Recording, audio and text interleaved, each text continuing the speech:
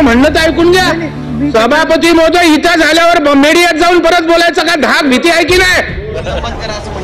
करायचं तर करू टाका, त्याला काय फरक, काही फरक पडत नाही अंबादासांना. काय फरक पडणार? शिवसेना केलं सभागृहात होता तो, बाहेर असतात आणखी काय झालं असतं. बाहेर जर भेटले असते प्रसाद लागतो काय केलं? प्रसाद वेगवेगळं कामकाज, अर्थसंकल्पाला विरोध त्यांना आम्ही करणार होतो, शेतकऱ्यांचे प्रश्न मांडणार होतो. तर यांना हे प्रश्न मांडलेच नाही पाहिजे. आवाज बंद करण्याचा प्रयत्न विरोधी पक्ष नेते पक्षाचा ते करतात.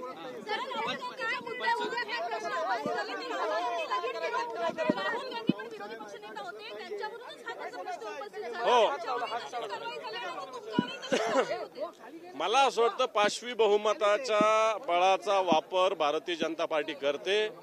असंच त्यांनी आधी केलं होतं. लोकसभेत त्यांना त्याचे परिणाम भोगावे लागले. मला असं वाटतं विधानसभेत हे परिणाम भोगावे लागतील. काही हरकत नाही, 5 दिवस निलंबन आहे. मी जनतेचा दरबार चालू ठेवेल. आमच्या शिवसेनेच्या शिवालयामध्ये जनतेला तिथं भेटेल, जनतेचे प्रश्न या सरकारच्या दरबारी मांडेल आणि जनतेला न्याय देईल.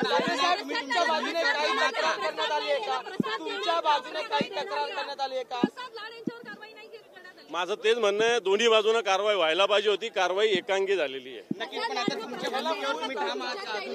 कोणती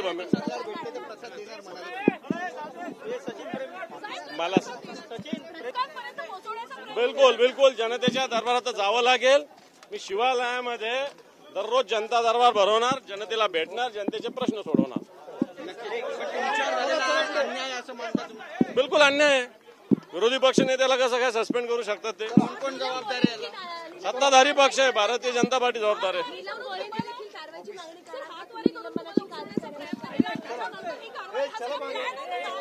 हे पहा, मी हे वारंवार सांगतो की माझ्याकडून एकट्याकडून चूक घडलेली नाही, दोन्ही बाजूने घडलेली असेल. दोन्ही बाजूवर कारवाई झाली पाहिजे. मला नाही माहिती प्लॅन वगैरे असेल. यावर अन्याय झालेला आहे.